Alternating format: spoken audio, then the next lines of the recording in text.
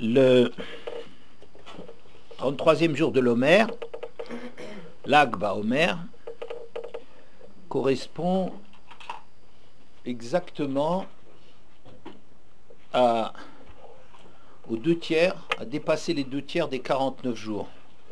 49 jours de l'Omer, le 33e jour, c'est que on a passé aux 2/3, la majorité, c'est ce qu'on appellerait la majorité de l'Omer est derrière nous.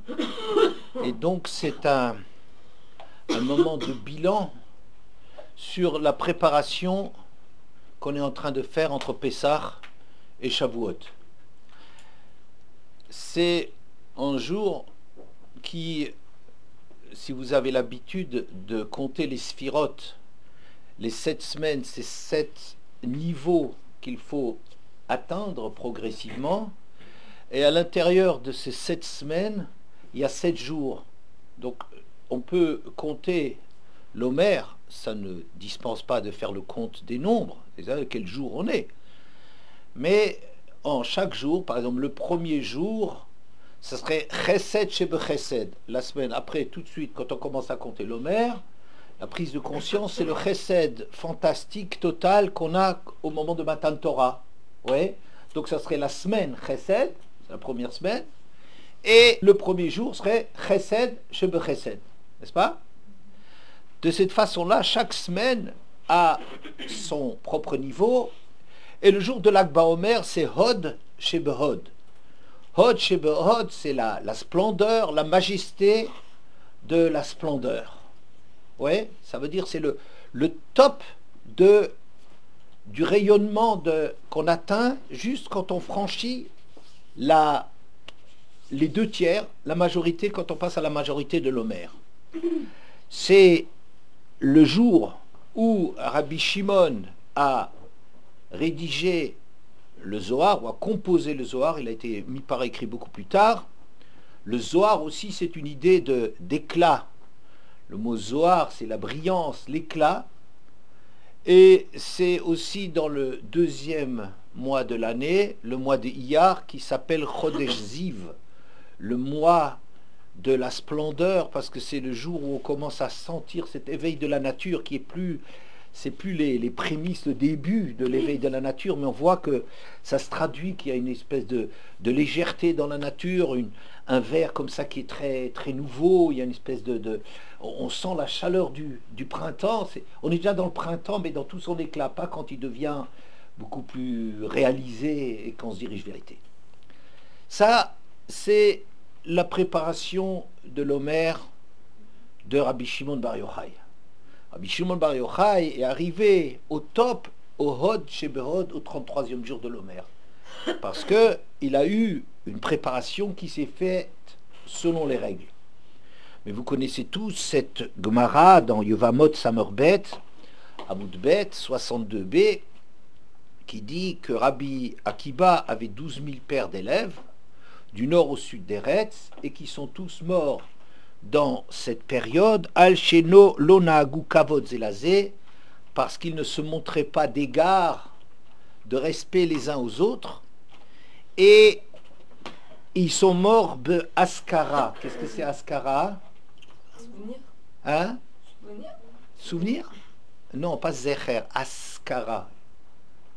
Je prononce peut-être mal. Askara, c'est de l'étouffement, comme Vaïsokru Maïnetehom, d'étouffement. Ils sont tous morts d'étouffement. C'est une mort horrible qu'ils ont connue, parce qu'ils n'ont pas montré de kavod les uns aux autres. C'est-à-dire qu'il y a ici quelque chose, un échec dans la préparation de l'Omer, la préparation qu'on doit suivre le long de ce décompte de l'Omer, et que probablement ils avaient un tel amour de la Torah, un tel désir de comprendre la Torah, que finalement ils ont oublié les bases de Pessah. C'est-à-dire que Pessah, c'est le moment où on sort, je vous ai dit récemment que Pessah, on sort de ces Metzarim.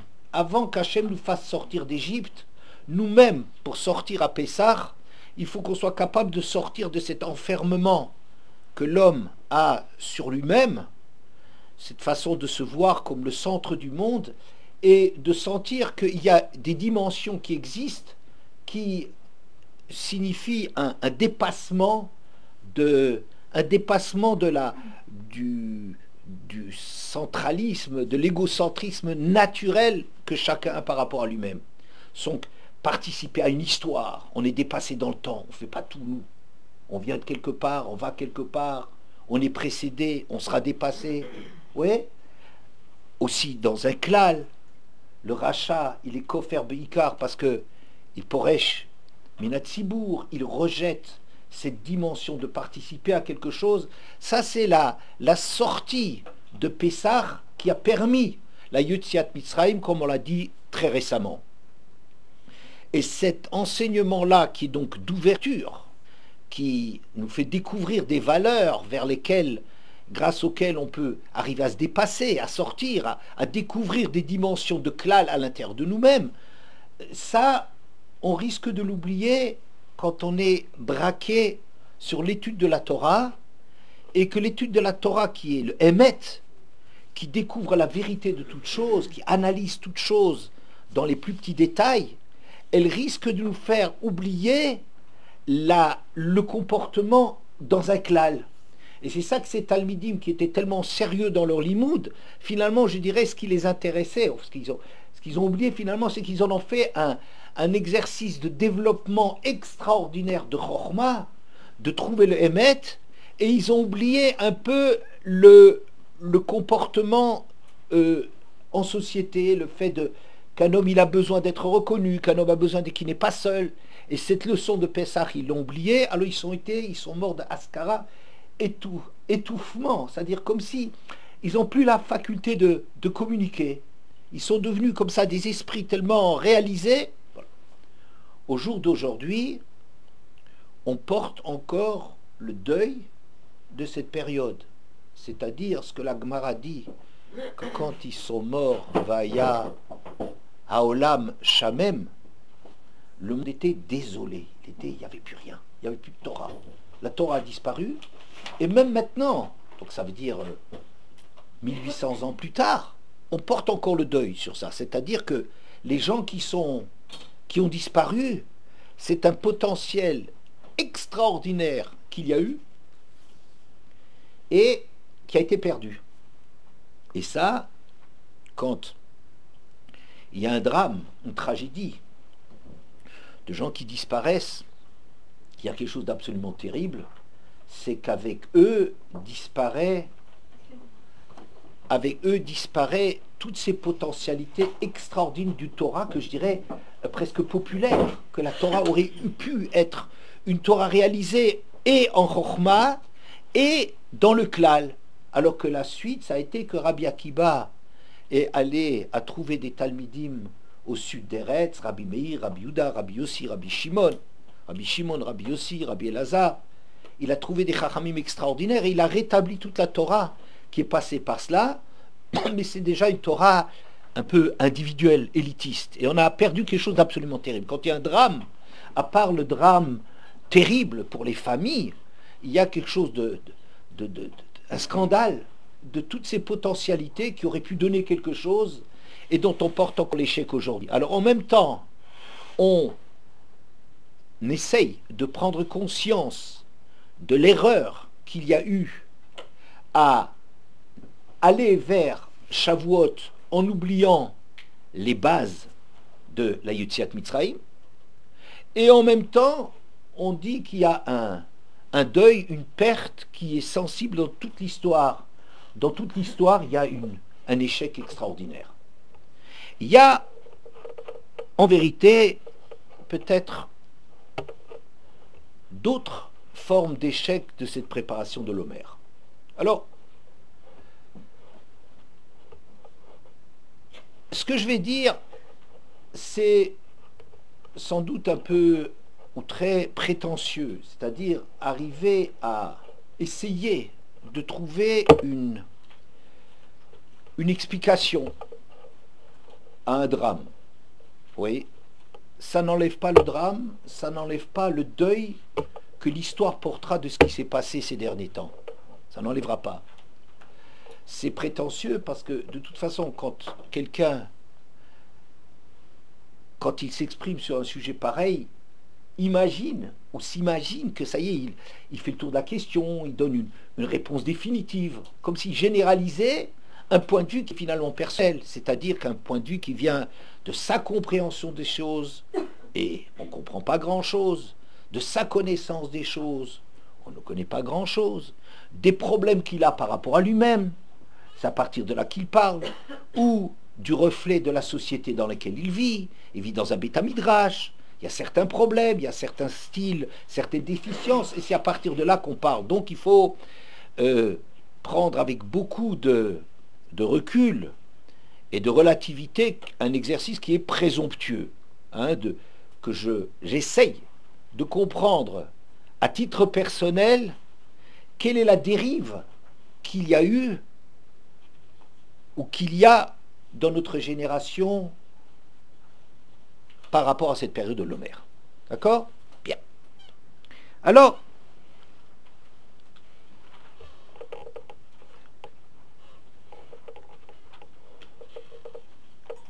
on pourrait dire que Israël Kedoshim, que les Juifs, c'est un peuple extraordinaire qui a conscience de certaines choses, qui a une grandeur qu'on ne trouve nulle part ailleurs, qu'on a compris ce désir de grandir, ce désir de grandir en groupe, ensemble. Et ça, c'est quelque chose peut-être de formidable dans les générations actuelles, si c'est vrai, ce que je dis. Mais le problème me semble être que la finalité, c'est-à-dire le but qu'on recherche quand on se prépare pour Shavuot, concerne même ce qu'on attend de la Torah. Oui, qu'est-ce qu'on attend de la Torah? Qu'est-ce qu'on espère de la Torah? Qu'est-ce qu'il faut faire dans la Torah? C'est quoi la Torah? Qu'est-ce qu'elle veut de nous? Il y a une Gemara au début du Perek Chelek dans Sanhedrin, très très connue, c'est une Mishnah en vérité. Kol Israël Yeshlaim Chelek l'Olam Haba, tout Israël a priori une part, une place dans l'Olam Haba, et ensuite on commence à citer Elu She'en Chelek l'Olam Haba, voici ceux qui n'ont pas de part dans l'Olam Haba. On en cite 3, me semble-t-il, après Rabbi Akiba Omer, Af Hakore Besfarim Chitsonim, Valochesh Alamaka, Vomer Kol Amachala Asher Samti Bemitzraim, Lo Asim Alecha Ki Ani Hashem Rofecha. Rabbi Akiba ajoute dans la liste de ceux qui n'ont pas part au monde futur, ceux qui, bien que de principe, Kol Israël, Yeshlaim Chelek l'Olam Haba, et ceux qui font fausse route dans leur vie et qui perdent cette promesse que chaque juif a au départ.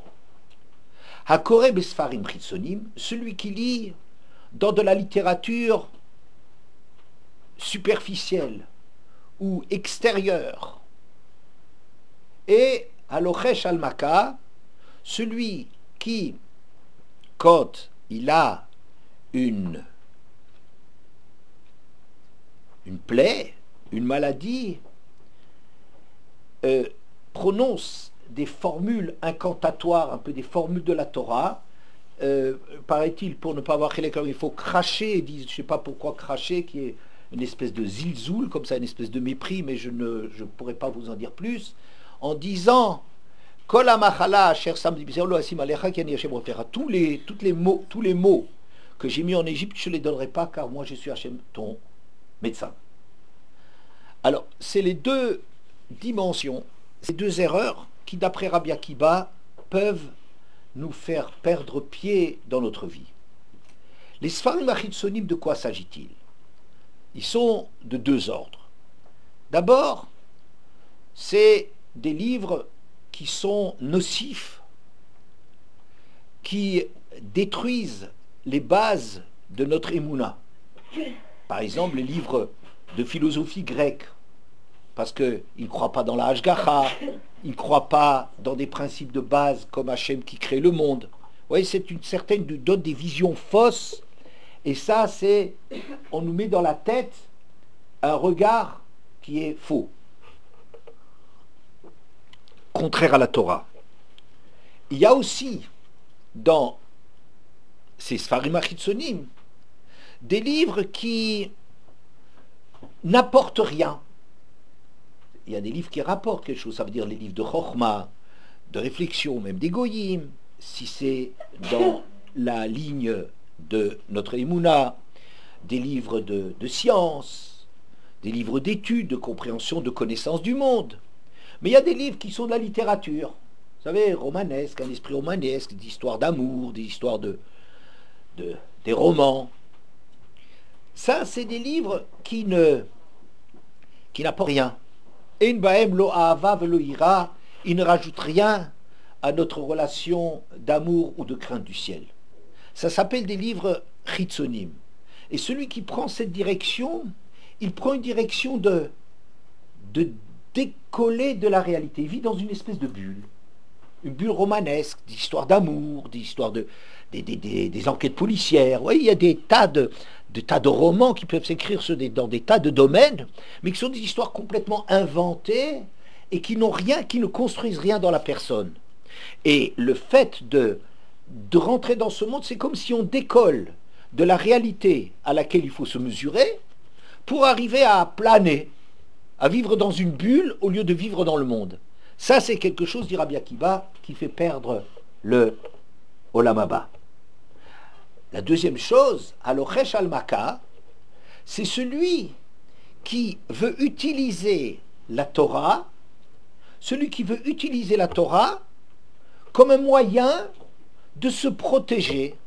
C'est-à-dire, il fait il instrumentalise la Torah, ça veut dire il utilise la Torah à d'autres fins que la Torah, qui est des fins de la Torah. Le Rambam quelque part dit, quel est le but de la Torah?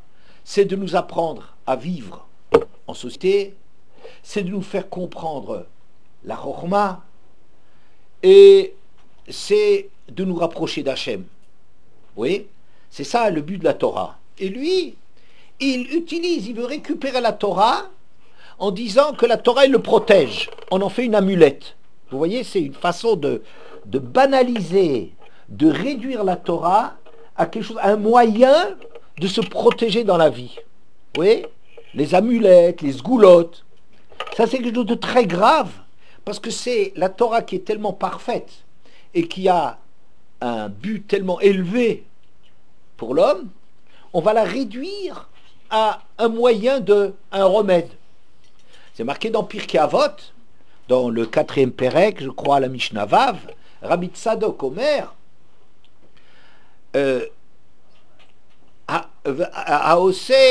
Osea Kardom Larporba, que quelqu'un qui voudrait faire de la Torah, par exemple une pelle pour bêcher, pour labourer, oui, il est comme ce que dit Hillel ou de Ishtamesh, Betaga Chalaf, celui qui utilise la couronne de la Torah à usage, à but personnel, Chalaf, il disparaît du monde.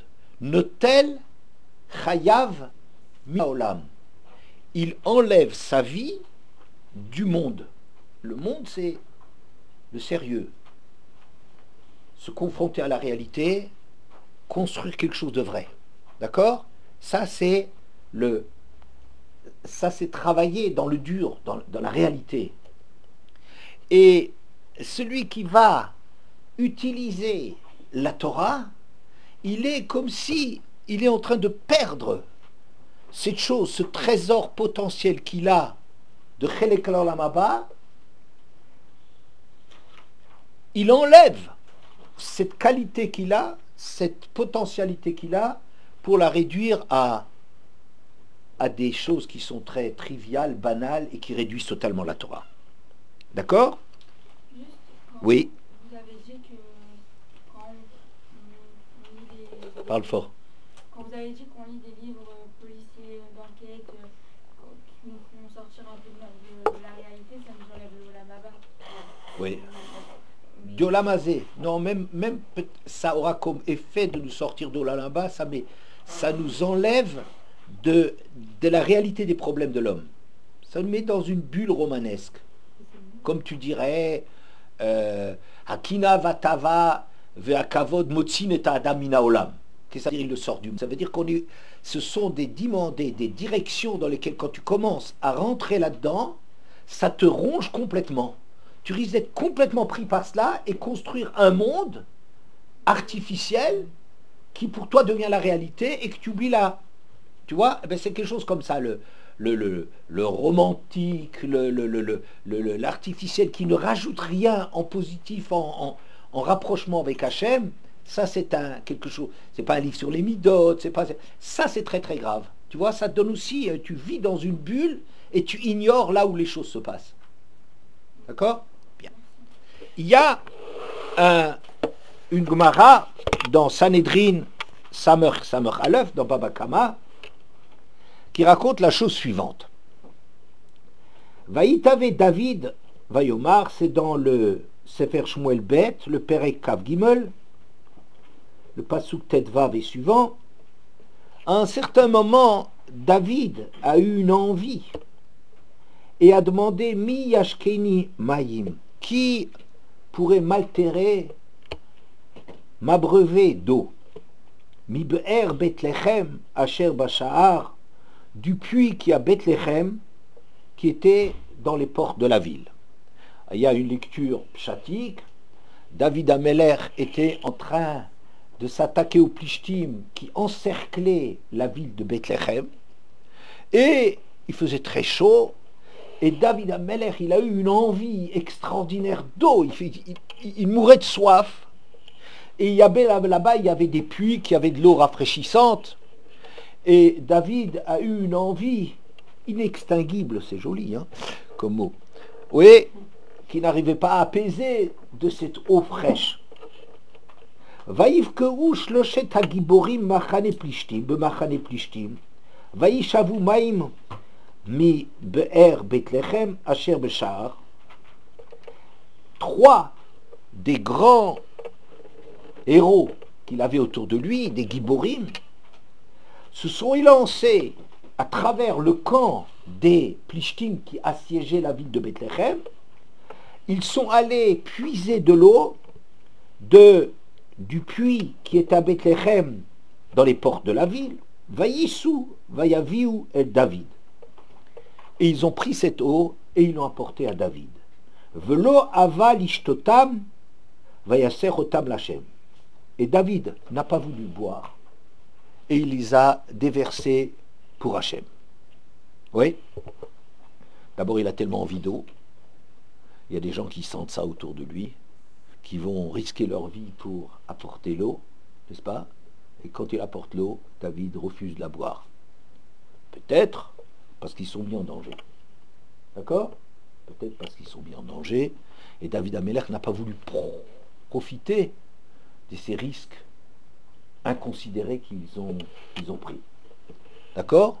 Ou bien il voulait bien qu'il avait tellement soif, il disait c'est pour Hachem que je donne. D'accord? Bien. Mais la Gemara, elle fait une autre lecture. Elle dit que David Ameler pendant le siège avait certains problèmes de halakha. Et c'est ça l'eau, Enmaim et la Torah, il voulait aller prendre l'avis du Beddin qui avait à Bethléem, Asher Bashar, et Shar c'est toujours Shoftim Shoftim Titel Bisharecha, les portes c'est toujours l'endroit du Sanhedrin, et en vérité il allait poser des questions au Sanhedrin. Il avait besoin de savoir certaines choses pour la façon de mener la guerre, qu'est-ce qui lui était permis ou pas contre les Plishtim. 3 puissants se sont élancés, ils ont traversé les lignes ennemies, ils ont demandé la halakha, ils ont rapporté à David, et David il a déversé cela. Pourquoi? Qu'est-ce que ça veut dire? Oui. Alors la Gemara dit, c'est qu'il n'a pas cité les 3 qui lui ont apporté la halakha. Il leur reprochait finalement, même si lui voulait connaître la halakha, il avait besoin de la connaître. Mais le fait de prendre des risques inconsidérés, de risquer sa peau pour la Torah, c'est une attitude qui est interdite, et c'est pour ça qu'il n'a pas voulu signer les Mamar et Chazal, voulait signaler les gens, et donc il a déversé devant Hachem, c'est-à-dire que la Gemara cite les propos qu'ils ont rapportés du Beddin, mais sans nommer les gens. Et là-dessus, j'ai entendu de mon maître Rav Abitbol de Strasbourg, qui disait, mais c'est donc marqué Vezot à Torah, Adam qui amut baoel. Tu sais ce que c'est la Torah? Un homme qui meurt dans la tente, ça va jusqu'à dédier les derniers de sa vie à la Torah. Et ici, on voit que eux, ils ont risqué leur vie, et David Amelech ne voulait pas de leur enseignement. Oui, quelle est la différence?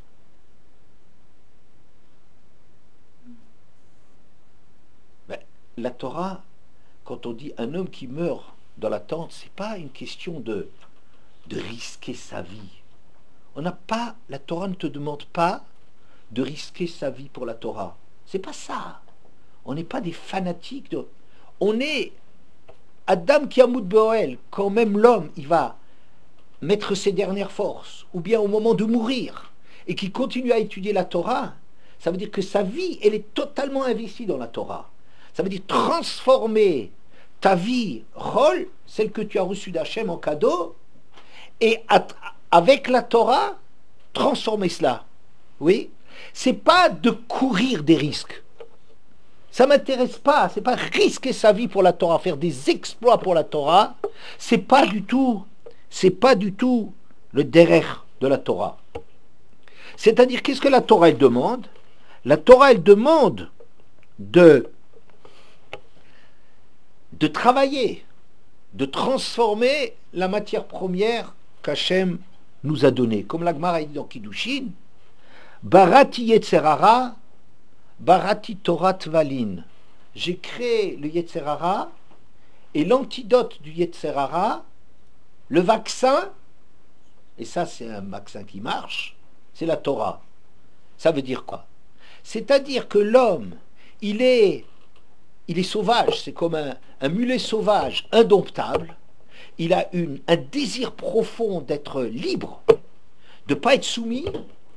Et la Torah, c'est le moyen qui lui permettra de s'affranchir, de se libérer de cette soumission qu'il a à sa propre nature. Vous voyez? C'est de ça qu'il s'agit. Et tout le travail qu'on a à faire, c'est un travail extrêmement difficile, c'est-à-dire un travail contre soi-même, contre sa réalité naturelle, sauvage, indomptable, rebelle, et d'arriver avec la Torah de lutter contre ça, de gagner quelque chose contre ça, d'acquérir quelque chose. C'est pas risquer sa vie du tout. C'est donner sa vie pour cela, consacrer sa vie à cela. Comme vous voyez par exemple, au moment de Kriyat Yam-Souf, quand les Bnei Israël avaient la mer devant eux, et Moshe allait prier, qu'est-ce qu'Hachem lui a dit? Oui, comment il dit? Matitzak est là. Qu'est-ce que tu as à crier vers moi, à prier vers moi?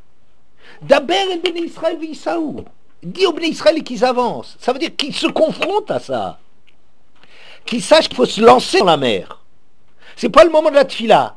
Ah, mais la tfila, ça a un effet extraordinaire. Ah, la tfila construit l'homme.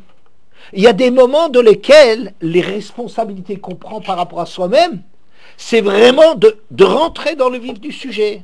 Ovia Korah. Vous comprenez? D'Aber el Ben Israël v'Issaou. C'est pas le moment de prier. Ah, mais la prière, c'est important. C'est essentiel. C'est pas le moment. Pourquoi? Parce que la prière peut être une façon d'échapper au vrai problème qui est d'avoir confiance en Hachem. Hachem, il a dit, il n'y a pas de risque, tu vas rien risquer, alors jette-toi dans l'eau. Ah, mais l'eau, ça... Hachem, il t'a dit, c'est ça qui est le problème à faire. C'est pas faire de la prière pour que les choses se passent en dehors de toi, parce que c'est quelque chose que tu as à faire à l'intérieur de toi-même. D'accord? Et ça, c'est un problème, à mon avis, qui est le problème qu'on a tous. On est tous à armes égales, c'est-à-dire, on a tous du Yetzer Hara. On a tous un désir d'être aimé ou respecté, apprécié, un désir que le monde y tourne autour de nous, d'être chouchouté, de retrouver notre maman. Je veux dire, un désir comme ça d'être dorloté, apprécié. Vous comprenez, on a tous un besoin comme ça d'exister, d'avoir. Ouais. Et le problème, c'est de devenir mûr par rapport à ça. On est tous à armes égales, il ne faut pas croire. Les Gdolim, ils ont les mêmes problèmes que moi et que vous. Il ne faut pas croire que c'est des êtres extraterrestres. S'ils sont extraterrestres, ils ne m'intéressent pas. Moi, ça ne m'intéresse pas une Torah qui parle de problèmes qui n'ont pas à faire avec les problèmes que moi je rencontre. Quand ce n'est pas un livre de littérature, la Torah. Ce n'est pas les histoires de la Torah qui m'intéressent. C'est apprendre à ce qu'il faut conquérir des choses par rapport à soi-même, par rapport à notre paresse, par rapport à notre orgueil, par rapport à notre prétention de connaître et de juger des choses, par rapport à des vrais problèmes, et qui sont des problèmes par rapport à des mauvaises midotes, comme la colère ou l'avarice. Ça, c'est des vrais problèmes. C'est des problèmes dans lesquels on n'arrive pas, c'est pas en une fois, il n'y a pas de truc pour ça. Vous comprenez? Il n'y a pas de truc pour ça. C'est une chose très, très, très difficile qu'il faut chaque jour remettre ça et encore travailler et avoir ça présent à l'esprit pour conquérir un petit terrain sur soi. C'est quelque chose d'immense. Il faut le savoir. C'est pas spectaculaire, c'est immense. Une vie qui se passe à conquérir quelque chose contre soi, qui Sheva Ipol Tzadik, on n'arrête pas de tomber. Et finalement, à force de tomber et de mettre ça, on acquiert des choses. C'est peut-être des petites choses, mais c'est ça ce que j'appelle Olam Haba. Qu'est-ce que ça veut dire Olam Haba? Les gens croient que Olam Haba, c'est comme de faire des mitzvot, et grâce à chaque mitzvah que tu fais, dans Pirkei Avot on dit d'ailleurs, apparemment comme ça, que tout celui qui fait une mitzvah, il acquiert un procureur, enfin un défenseur, pas un procureur, un défenseur dans le ciel. Alors on imagine, les gens ils imaginent, qu'il faut faire des mitzvot comme on ferait des bons points, comme on accumule des bons points. Et avec 10 bons points, tu as une image. Et avec 10 images, tu reçois un cadeau, une plus grande image. Oui, mais on reste comme ça puéril. Les gens ils croient que c'est comme, quand ils sont plus âgés, ils imaginent un peu, c'est comme de l'argent que tu mets de côté dans la caisse d'épargne. Oui, on prépare sa retraite. Quelle est la retraite? C'est Olam Haba. Oui, alors chaque mitzvah que tu fais, ça donne des points. Alors des points, on accumule des points, Alors on arrive à se créer un trésor. C'est ça le trésor, c'est dans la derrière, c'est ça le viatique, c'est ça ce qui nous accompagne dans l'Olam Haba. Alors, c'est certain, absolument, que n'importe quel acte qu'on fait en bien, c'est un acte qui rapporte quelque chose. C'est un acte positif. C'est sûr. Ça, Hachem ne... il ne renonce pas même les Rochaïm comme Orpa, des Rochaïm comme Amalek ou quoi. Le moindre bien qu'on arrivera à trouver chez eux, Hachem il le retient. Il le garde.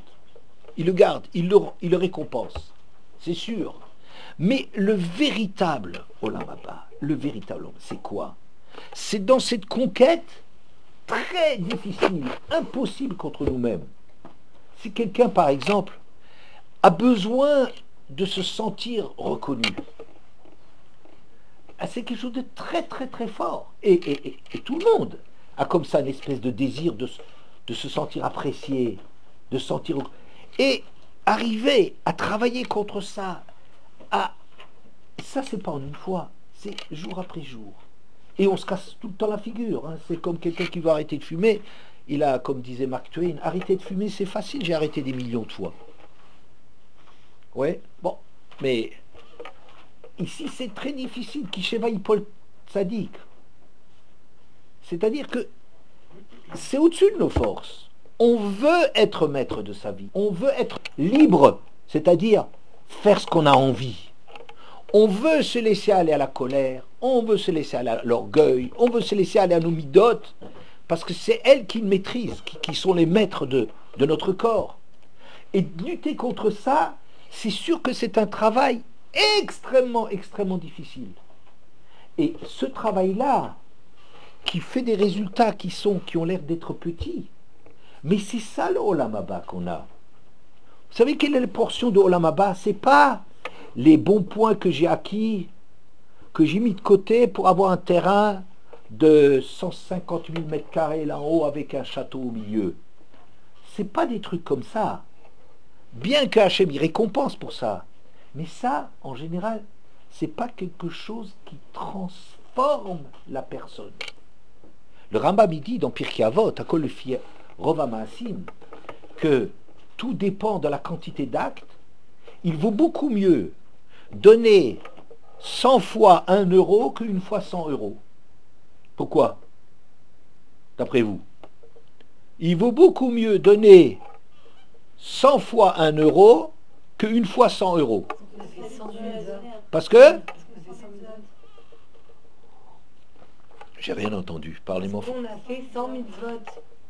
Parce qu'on a fait 100 votes. Je dirais même, ça ne m'intéresse pas le mot mitzvot là-dedans. On a travaillé 100 fois. Je préfère largement, parce que quand tu vis dans mitzvot, alors les mitzvot c'est de nouveau des bons points. Parce que tu as travaillé 100 fois sur quelque chose, tu acquiers quelque chose. Alors que faire une mitzvah énorme une fois, ça te les fait sur place, mais ça ne laisse pas des traces tellement dans la durée. Alors que 100 petits actes, à Kol Lefi Rov HaMaasim, tout dépend de la quantité d'actes. Chaque acte, c'est des petites choses insignifiantes. Ça a l'air de rien, mais c'est des conquêtes sur nous-mêmes. Oui, c'est ça qui me semble très, très, très, très important. Que on a tendance à, et c'est de ça que je parle un peu du problème de l'époque, à s'exprimer d'une façon un peu puérile sur les choses. Oui, manque de réflexion. On fait des mitzvot, on accumule les mérites, on vous parle un langage qui est un langage, il n'est pas fondamentalement faux, mais c'est un langage qui n'est pas approfondi. Le problème, il est, qu'est-ce que c'est Olam Haba? Olam Haba, c'est quelque chose que j'ai pris avec moi, quelque chose, un terrain que j'ai acquis. C'est ça Olam Haba. Une réalité que j'ai acquise. Et ça dure très très longtemps. Ça, on ne peut pas faire des économies là-dessus. Maintenant, on va dire, oui, mais tu as des sgoulottes, tu as des brachot, tu as des... C'est un langage qui va, comme ça, si vous voulez, nous sort de nous, qui nous fait croire qu'il y a des raccourcis. Vous imaginez la chose? On croit qu'il y a un raccourci. Avoir la bracha d'un tzaddik, oui, c'est important. Mais avoir la bracha d'un tzaddik, le Chazon Ish, il disait, le meilleur médecin, le meilleur rave pour une personne, tu sais qui c'est? C'est la personne elle-même. Quand tu es malade, au lieu de demander à quelqu'un, de prier pour toi, ce qui est peut-être, ça peut rajouter, mais le meilleur médecin, c'est toi-même. Parce que toi, tu souffres. Parce que tu exprimes quelque chose. Parce que toi, tu essaies de changer quelque chose à l'intérieur de toi-même. Tu essaies de bouleverser le monde. Ça, c'est quelque chose de véritable que tu es en train de faire. Mais une segoula de quelqu'un, c'est comme une amulette, un gris-gris, c'est de la superstition. Ça peut aller mieux, ça peut aller plus loin. Mais on ne construit pas une avoda là-dessus. Celui qui fait Ashrei, Yoshve Betecha 3 fois par jour, celui-là, il est prêt pour Olam Haba. Celui qui fait Haïla Gadol, plutôt. Qu'est-ce que c'est là, Haïla Gadol? C'est qui l'Olam Chasdo? Vous savez, c'est de parler des exploits d'Hachem.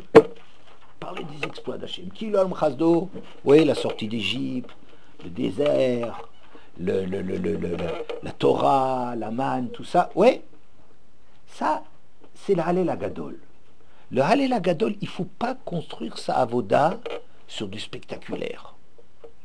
Le spectaculaire a des moments pour s'exprimer. Shabbat et Yom Tov, on fait la Haléla Gadol. Ça veut dire qu'il faut des moments dans lesquels il faut de l'enthousiasme, il faut avoir un regard nouveau, avoir un regard jeune sur les choses, arriver à se renouveler. Ça, c'est très important. Mais le Olam Haba, c'est l'Ashrei Yoshevetecha 3 fois par jour. C'est-à-dire, Ashrei Yoshevetecha, c'est toutes les lettres de l'alphabet, oui, sauf le Nun, pour certaines raisons, et Noten Lechem Lechol Basar, qui l'Olam Chado. C'est ça qui est important, de se rendre compte au quotidien du pain qu'on reçoit, du chesed qu'on reçoit. Oui, ça c'est un travail de regarder sa vie, de regarder l'existence, de comprendre certaines choses, d'avoir un nouveau regard. Ouais, ça c'est une acquisition. Celui qui fait dans tout l'alphabet, qui arrive à le faire 3 fois par jour, cette préoccupation de voir Hachem, oui, ça c'est quelque chose qui construit un homme pour Olam Haba. Mais pas le Hallel Hagadol. Le Hallel Hagadol, c'est-à-dire les grands bouleversements, les grands événements, les miracles, il faut savoir que ça existe, il faut savoir qu'Hachem peut intervenir, c'est vrai, mais on ne construit pas sa avoda là-dessus. Oui. Et ce qui me semble terrible dans notre génération, c'est ce problème-là, cette finalité-là de la Torah. J'ai l'impression que c'est ça qu'on a perdu de vue. On a des bases, on a de la Messirut Nefesh, mais c'est une lecture sérieuse des enjeux qui nous manquent. Vous voyez, on va se dire, on va faire du tourisme religieux en Ukraine. Vous voyez, les gens ils vont dire, on va aller à Méron, il se passe quelque chose, il y a 30 000 juifs. Alors c'est comme c'est comme le Téléthon. Chaque année, le seul intérêt du Téléthon, c'est de savoir si on a dépassé les records. Vous voyez, c'est aussi une espèce d'enthousiasme, mais c'est un enthousiasme factice, c'est pas quelque chose de réel.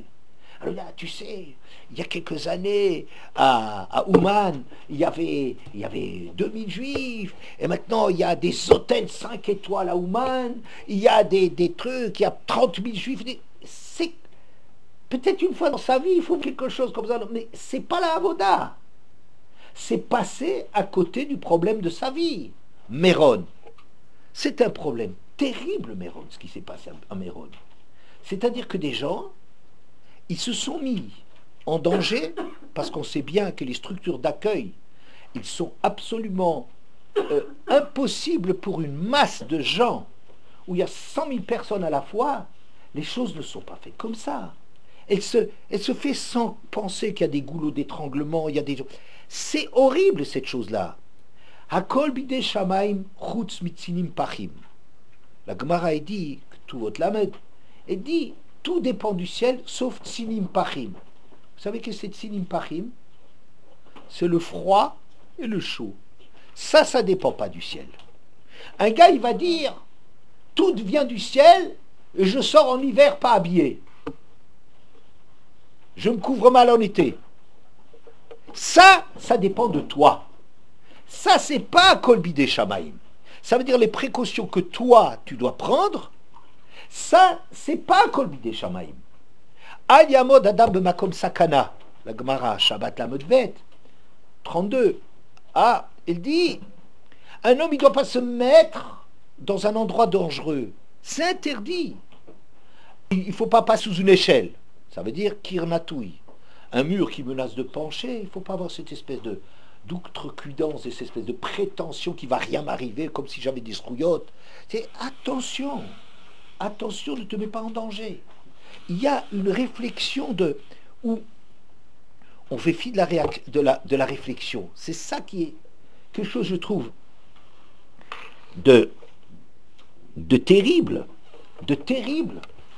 C'est que on a perdu de vue les choses, on croit qu'il y a des trucs, des amulettes, des sgoulottes, des brachot, des pèlerinages, qui sont des choses qui en soi, si on les laissait à leur place, c'est comme le Hallel Hagadol, ils peuvent trouver leur place. Mais perdre de vue le danger qu'il y a là-dedans, d'aller dans certains endroits, commencer à faire des exploits, une Messirut Nefesh pour risquer sa vie, c'est comme les 3 Giborim, il lui rapportait de la Torah. David n'a pas voulu les citer. Pourquoi? C'est pas ça la Torah. Si vous voulez, si je peux me permettre, je ne sais pas si je peux me permettre d'avoir un jugement sur ce qui se passe, d'avoir une opinion, disons, pas un jugement, d'avoir une opinion sur ce qui s'est passé, je crois que on vit dans un espèce de monde, dans une bulle, dans un miracle permanent. J'ai entendu quelqu'un dire, oui, mais toutes les années, il y avait du miracle. Cette année, le miracle n'a pas eu lieu. Mais Hamar, écoute ce que tu es en train de dire. Toutes les années, il y a un miracle. Mais il ne faut pas que ce soit un miracle, qu'il n'y ait pas d'accident. C'est fou. C'est peut-être bien d'aller à Méron une fois, peut-être une fois, pour je ne sais pas trop quoi. Peut-être ça peut t'inspirer le lieu pour prier Hachem, peut-être. Mais de faire comme ça des trucs d'ensemble du judaïsme de masse, de croire que l'enthousiasme qu'on a, la fièvre et la ferveur qu'on a une fois, que ça c'est de la avodat Hachem, mais réfléchis un peu où tu vas. C'est dans la tfila ce qui est difficile. C'est dvarim, sheomdim berumo shel olam, ou bnei adam mezalzelim bahem. Il y a des choses qui sont essentielles, qui sont les piliers du monde, et les gens les méprisent. Vous savez ce que c'est, la tfila? Quoi, mais non, mais la tfila c'est super important. Oui, la tfila c'est super important dans les bouquins. Oui, vous prenez les sfarim, dans les sfarim, oui, la tfila et limoud, c'est des choses hyper importantes. Pour la pub, c'est important. Mais c'est pas de ça qu'il s'agit. Les gens, en vérité, méprisent ça. Ça veut dire ils n'y croient pas. Et vous savez pourquoi les gens n'y croient pas trop en vérité à la prière? Parce que c'est un travail ingrat, un travail extrêmement difficile, un travail dans lequel il faut faire attention aux mots qu'on emploie, qu'il faut essayer d'être vigilant. Tu es en train de dire les choses. Et c'est à travers les mots que tu apprends, mais jour après jour, tfila après tfila, arriver à un jour tu es bien, pendant 2 jours tu es pas bien, après tu reviens et tu essaies de plus en plus de tenter, comme un entraînement, de te former à ça, jusqu'à ce que tu arrives à voir le poids des mots. Moi ça m'arrive, mais ça m'arrive, je lis une tfila, et tout d'un coup je dis, mais il y a quelque chose qui me parle là-dedans. Au lieu que la tfila, ça soit un hall, une espèce d'obligation. On sait que ça ne doit pas être une obligation, mais ça n'empêche que c'est des choses qui sont essentielles, mais dont on se rend surtout compte de la charge et du travail que ça donne. Oui, de comprendre un mot, de comprendre une petite phrase, de s'éveiller, d'être éveillé un peu à la réalité de la vie, à la difficulté de la vie, et tout le monde est placé devant le même obstacle, et d'essayer de travailler là-dessus. C'est ça dans la tfila. Le travail de la tfila, ça c'est quelque chose qui est réel, qui est une conquête. Le limoud, c'est très difficile. Le limoud, c'est ingrat, il faut se briser. Rav Chaikin raconte dans l'histoire de sa vie, c'est pas lui qui a écrit ce livre, mais il raconte que quand il était prisonnier de guerre, lui il n'était pas dans les camps de concentration, il était prisonnier de guerre, et il dit qu'il devait casser des cailloux. Alors il disait, casser des cailloux, ça veut dire un travail de forçat, ouais, c'est ce qu'on fait au forçat, aux types qui sont en Cayenne, ouais, casser des cailloux. Moi j'ai étudié Tosfot, et j'ai cassé des cailloux. Eh bien, Tosfot, c'est plus difficile que de casser des cailloux. J'ai cassé des cailloux. Mais je sais ce que ça veut dire étudier Tosfot. Pourquoi? Parce que casser des cailloux, c'est un travail physique. Mais ce n'est pas un travail qui... Toi, il y a un effort énorme. Il y a une énergie terrible, une fatigue effroyable à cela. Mais c'est rien par rapport au problème de s'attaquer à soi-même. Dans le limoud, il y a une difficulté de remettre en question. Je suis content d'avoir compris ça. Maintenant, une question qui va tout remettre en question. C'est horrible, une horreur. Vous voyez, je crois que c'est dans la préparation de l'Homère, c'est en vue d'arriver d'abord à se rendre compte, à prendre conscience de la difficulté du travail et une résolution, travailler dans les midotes, travailler dans la réflexion pour arriver à comprendre quel est le but qu'on doit avoir. La Torah, c'est pas de la magie. Il faut jamais croire que la Torah, c'est une erreur. C'est une véritable... Les gens, ils prennent la tangente. Ça veut dire, ils s'éloignent de leur vie. Ils s'éloignent de leur vie. Ils sont dans une espèce du chitsoni, dans du superficiel, dans un truc qui n'est pas réel dans leur vie, et ils oublient le véritable combat.